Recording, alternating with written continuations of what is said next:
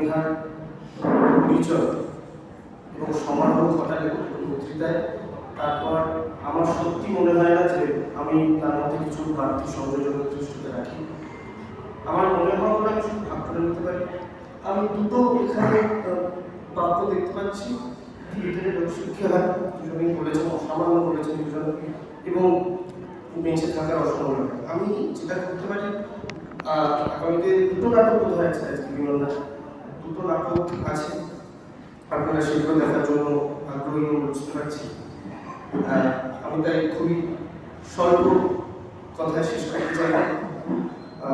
থিয়েটারের লোকশিক্ষা হয়, এটা আমার মতে বলে গণবংশদের তো বটেই, বিভিন্ন সময় সমাজের বিভিন্ন স্তরে অনেকেই বলেছে।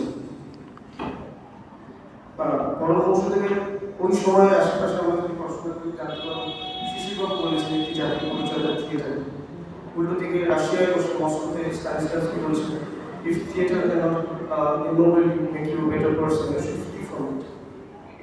কিন্তু দুটোতেই আমার এটা একটা ব্যক্তিগতভাবে মনে হয়েছে যে ওনারা এই বিশ্বাস করে এই বাক্যগুলো উচ্চারণ করেছেন যে থিয়েটার হয়তো সম্পূর্ণ মাধ্যম, সম্পূর্ণ জনমাধ্যমের কাছে পৌঁছতে পারছে, যেটাকে আমরা সেন্ট মাস বলছি। আমার রেস্টিং মাই কেস এখানে সেন্ট জনমাধ্যমের কাছে থিয়েটার পৌঁছতে পারলে, বা সেন্ট জনমাধ্যম থিয়েটারের কাছে পৌঁছতে পারলে এখানে এতগুলো কাছে থাকতে হবে।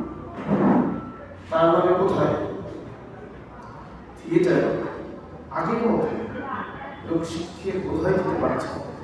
মানে এখানে অনেকে দেখাতে পারেন, অবশ্যই লেগে যান, লেগে যাওয়া খুব ভালো জিনিস।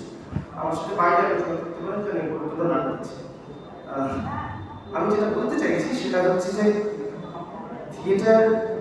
থিয়েটারের লোকশিক্ষা হয়, এর মধ্যে একটা আমার মনে হচ্ছে একটা আধ্যাত্মিকতা লুকিয়ে আছে।